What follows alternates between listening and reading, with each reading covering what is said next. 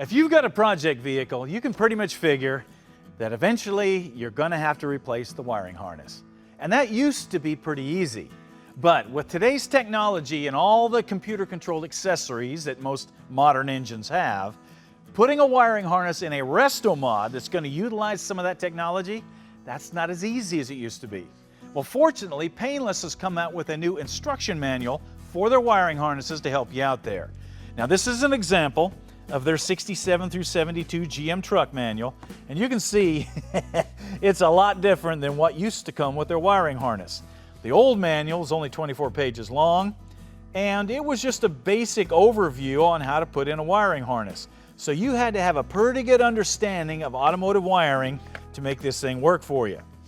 The new manual is over 100 pages, and it's a step-by-step installation of the complete harness, breaking down every wire of every section. It has full color pictures and schematics and walks you through the options of different charging systems, coils and engine management, turn signals, even original or aftermarket gauges.